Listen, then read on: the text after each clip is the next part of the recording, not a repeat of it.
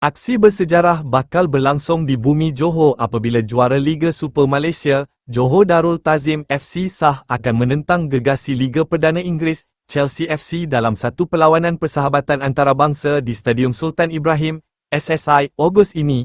Perlawanan yang diumumkan oleh TEG Sport dan Johor Southern Tigers itu dijadual berlangsung pada 11 Ogos 2026 jam 8 malam di Stadium Sultan Ibrahim, Johor Bahru.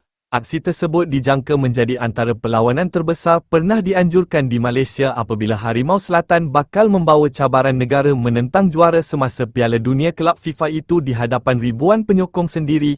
Pertemuan itu juga menjadi sebahagian daripada persiapan pra-musim Chelsea menjelang kempen musim 2026-27 selain memberi peluang buat JDT menguji kemampuan mereka menentang salah satu kelab elit Eropah.